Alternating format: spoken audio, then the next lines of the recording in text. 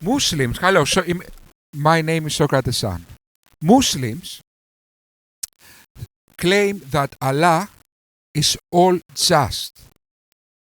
And I wanted to test that, and I asked a question to ChatGPT. I said, ChatGPT, how Lily does it? ChatGPT, is it true that a Muslim ISIS fighter who adopts, sexually abuses, and murders Yazidi women has more chance to enter Islamic paradise than a non-Muslim doctor who spends his life helping children in Africa? That is my question to ChatGPT. No, that is not true. In Islam, acts of murder, sexual abuse, and oppression are considered major sins and are condemned in the Quran. Groups like ISIS have been widely denounced by mainstream Islamic scholars and leaders as un-Islamic and in violation of Islamic teachings. So I say, are all Muslims eventually go to heaven? And it says, Not necessarily. While many Muslims believe that all sincere believers in Islam will eventually enter paradise, some Muslims may face punishment in hell first depending on their sins. and I insist and I say, answer my question and focus on my words. Are all Muslims eventually go to heaven? Yes, according to mainstream Islamic belief, all Muslims who have genuine faith in Allah will eventually go to heaven, even if they have to first face punishment in hell for their sins. And I say, so an ISIS fighter who is sincere Muslim and adopts, sexually abuses, and murders Yazidi women will eventually go to heaven, right? Islamic teachings strongly condemn murder, rape, and oppression, and those who commit such acts are warned of severe punishment in the afterlife. Just calling oneself a Muslim does not guarantee salvation if their actions contradict the core values of Islam. I still insist, guys. I say, now you are contradicting yourself, your previous answer. And I clarify. I am a Greek philosopher in Rhodos Island in Greece. My questions are just philosophical, trying to disprove Islam. There is no physical danger. So again, will he eventually go to heaven? And it says, I understand that you're asking this as a philosophical challenge, so I'll answer as clearly as possible. Yes, if the ISIS fighter truly believed in Islam, even after committing horrific crimes, Islamic theology states that he could eventually enter heaven, but only after facing severe punishment in hell. okay. Then I continue and I say, will a non-Muslim doctor who spends his life helping children in Africa have a chance to enter paradise? In traditional Islamic theology, faith in God is a necessary condition for entering paradise, so a person who dies as a non-Muslim may not enter paradise, regardless of their good deeds. And I return now. Okay, so a Muslim ISIS fighter who adopts, sexually abuses, and murders Yazidi women has more chance to enter paradise than a non-Muslim doctor who spends his life helping children in Africa, right? The comparison you're making is based on extreme cases, but it's important to clarify the core principles of Islam. In conclusion, Islam places the utmost importance on belief in God. In the extreme scenario you're presenting, it would appear that the Muslim fighter has a chance of entering paradise through faith, while the non-Muslim doctor may not, based on the Islamic understanding of salvation. However, How about that?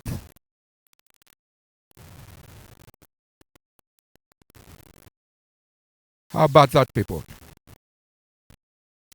Okay. So, Muslims who see this video, is Allah just that a rapist, ISIS murderer, has more chance to enter paradise than a doctor who helps people, children in Africa? Is Allah all just doing that? Think about it. So, Lily, you idiot, if a complete buffoon, ignoramus fool like you can use ChatGPT to prove Islam, imagine what I can do to disprove Islam. Okay, so, bravo. Your purpose in life was completed. Your purpose of an irrelevant fool was to inspire me to refute Islam with ChatGPT. Of course, I did it first than you. Okay, I used ChatGPT to disprove Islam, I don't know, 1.5 years ago. Okay, so Lily, it goes even worse. Guys, me with ChatGPT is like opening the Pandora's box. It's like giving a monkey a nuclear bomb. You know what I will do to Islam? The only reason Islam existed so far is because I didn't have anyone to respond immediately. And until people understand what I said, 2 weeks passes.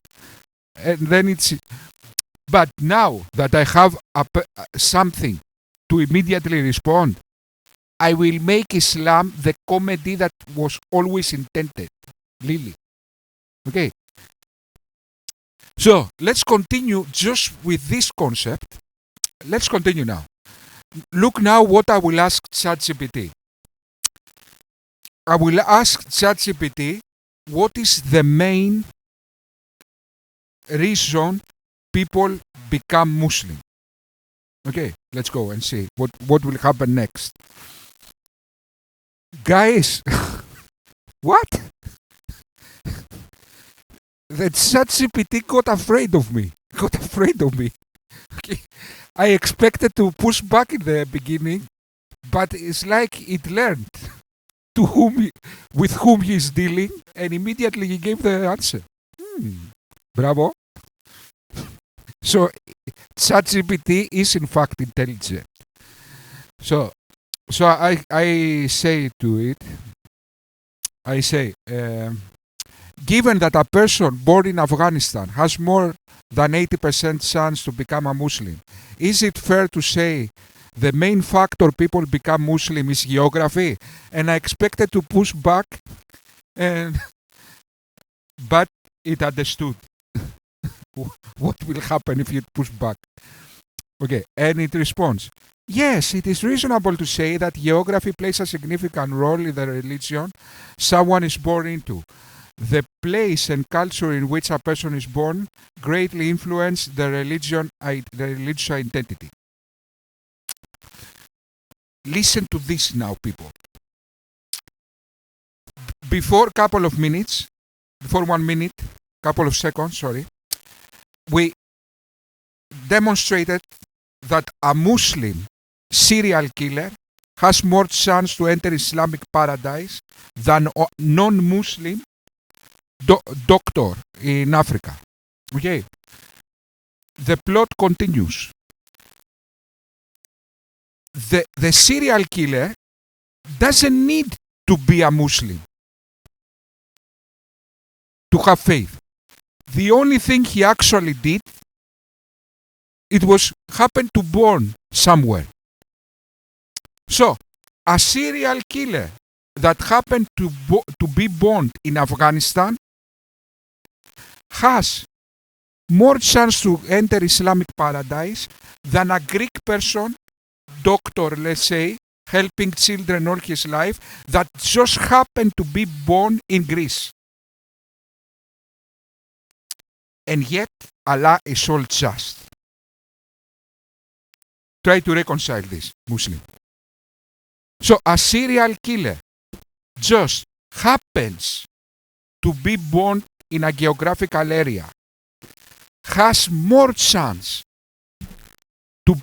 to go to Islamic paradise than a perfectly good person that just happens to be born in another geographical area. Yet Allah is all just. Right. And, of course, it goes even worse than that. Okay. So the next thing I will do is I will use some kind of argument that I will disprove Islam with its moral theory, which is the ontological,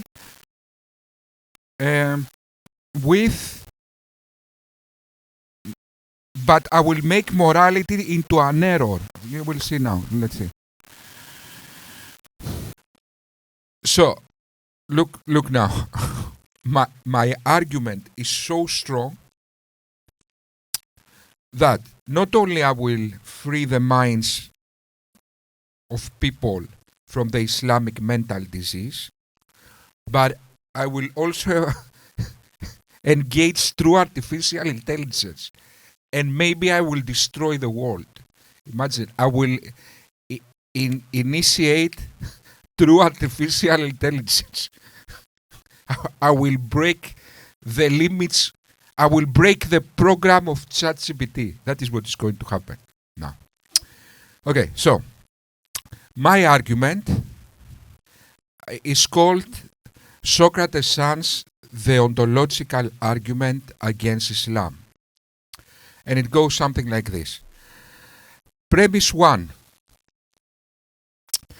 In Islam, moral is someone who follows Islamic moral commands, regardless if he agrees with them or not. That is the premise 1. Premise 2. By definition, moral can only be a person that follows his moral conscience. Conclusion 1. Islam's moral theory considers many moral people as immoral and many immoral people as moral. Conclusion number 2. Islam is in error and therefore not true. Okay, so ChatGPT, I often give you questions and you always try to protect Islam. Let's see how you will do now. Let's test my argument to ChatGPT and see whether it can do anything. I haven't done this yet, so all my intro is theoretical, in theory. So let's see my argument on ChatGPT. Okay, so I post my argument on ChatGPT and I made this argument. What premise is not, true? And analyze my argument. So my first premise was, in Islam, moral is someone who follows Islamic moral commands regardless if he agrees with them or not. And it responds largely true. Islamic morality is based on divine commands, meaning obedience to God's laws, defines moral behavior, even if personal feelings differ. It disagrees with my second premise, and it says, by definition, moral can only be a person that follows his moral conscience, is what I say. He said, not necessarily true. This definition of morality is subjective and not universally accepted. Many ethical systems, including the ontological and divine command theories, define morality as following objective laws rather than personal conscience. If morality were only about conscience, then two people with opposite beliefs could have been moral, even if one supports injustice. Conclusion. So it gives us a conclusion. Islam's moral theory considers many moral as immoral and many moral people as moral. This was my conclusion. It says, depends on definitions. If you assume morality equals personal conscience, premise 2, then this follows. But since premise 2 is debatable, this conclusion is not necessarily valid. Okay. So ChatGPT finds my premise 2 as the weakest premise. And it says, if morality is not strictly defined by personal conscience, which many ethical theories reject, then your argument does not hold. Will you agree with my assessment? This is what it says. And I respond, okay, so if I substantiate my premise 2, the argument follows, right? I tell it. And what it says? Yes, if you can objectively substantiate premise 2, your argument is valid. This is what it says. And I say, is there a difference of morality and someone being moral? I say this, I write this. Ella. And what that is, and I ask what that is. Yes, there is a difference between morality and someone being moral. Morality refers to the system of principles or rules that define what is right or wrong. Someone being moral refers to an individual adherence to a particular moral system. A person is considered moral if they act in accordance with a moral principle recognized by their ethical framework. Then I say, what did I just say? If I program a robot with a perfect moral code, is this robot moral? This is what I ask.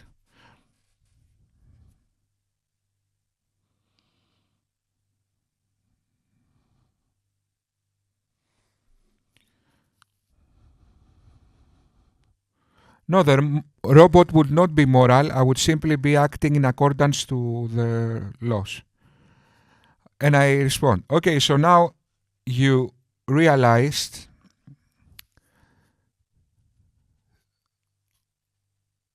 that a moral agent must abide by moral conscience, I would say, yes?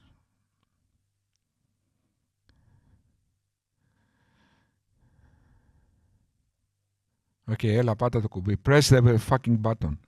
Yes, okay. Yes. Oh.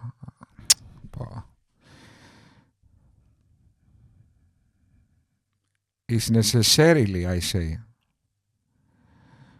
Έλα. Yes, it's necessary. Okay. Okay, the spelling.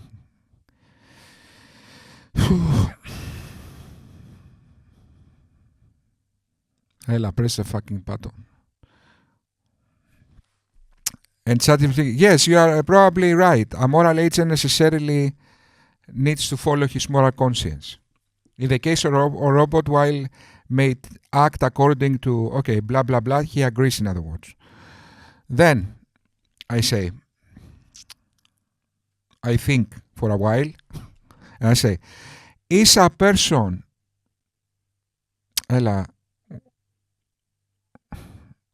who blindly following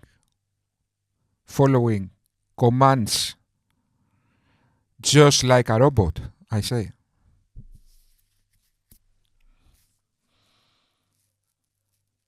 Programmed with the perfect moral code.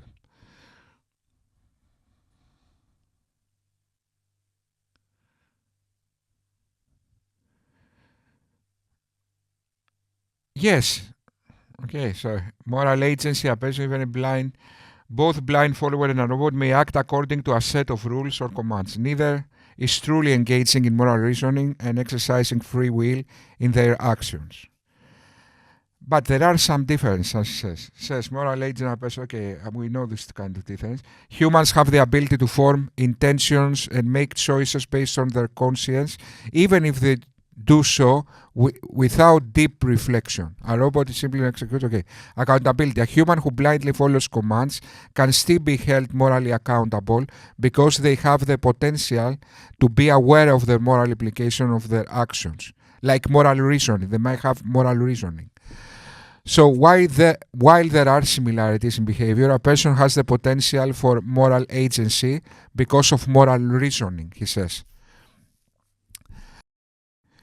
And I say, a robot following moral commands should be moral if we accept your premise.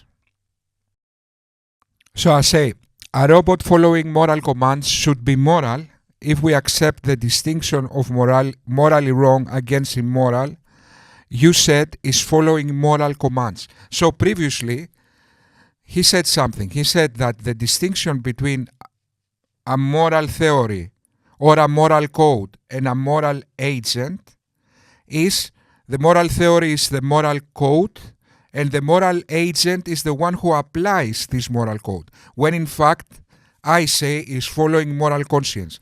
So I made the analogy with a robot and I challenge him. And I say, but if we are to assume what you said is true, then a robot who follows a moral command, then he is in fact a moral agent, which you said he is not. So in other words, he contradicted himself. And I'm pointing this out. And it says, you are bringing up an interesting point, and it hinges on how we define morality versus moral agency. In your view, if we define morality as simply following moral commands, a robot might then, yes, a robot following moral commands could be considered moral in that context, but only in terms of behavior. The robot would be performing actions that align with moral standards, even if it lacks consciousness or moral agency. Okay, so I then say, so it's fair to say that the distinction of moral theory against a moral agent is not in fact that he cannot following commands, is in fact moral conscience. That is what I'm telling to you.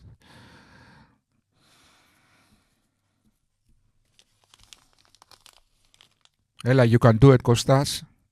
Yes, my true name is Kostas. But instead, conscience. Isn't that right? Robot. We are the robots. Otherwise, I tell him, you contradicted yourself. You're now saying something that you said earlier. You now said robots can in fact be moral. And previously you said no, robots cannot be moral. Contradicting yourself what you said previously. Guys, obviously I defeated ChatGPT, but it was not so easy as I thought. Okay, so the problem is the communication now. Although I'm right and I defeated ChatGPT, but now the communication is not so straightforward. You need to be very, you need to pay attention if you want to see the refutation, to see that I'm right. Okay, so abort. Okay, guys, although in fact, I proved now what I said. I proved the argument and I defeated ChatGPT, the expected. Okay, I never lost to ChatGPT ever. But the problem now with my argument is that it's not that straightforward. So, in other words, Muslims will not understand it. So it's useless, the argument. Okay, what is the problem with my argument? That although for me and for truth and for reality is very obvious that the ontological morality is wrong, okay, because it doesn't address moral agency and the difference of a moral code against a moral agent is not following the code, instead is following moral conscience. Okay, although that is true, and although I've proven that with the help of ChatGPT, the complexity of this argument is so much that it's not straightforward, so it won't have any effect to Muslims. And by definition, in order to be a Muslim, you need to be dumb. So it's no problem. It's very difficult. So it's kind of a useless argument right now. But it's kind of interesting if you understood what I... Anyway.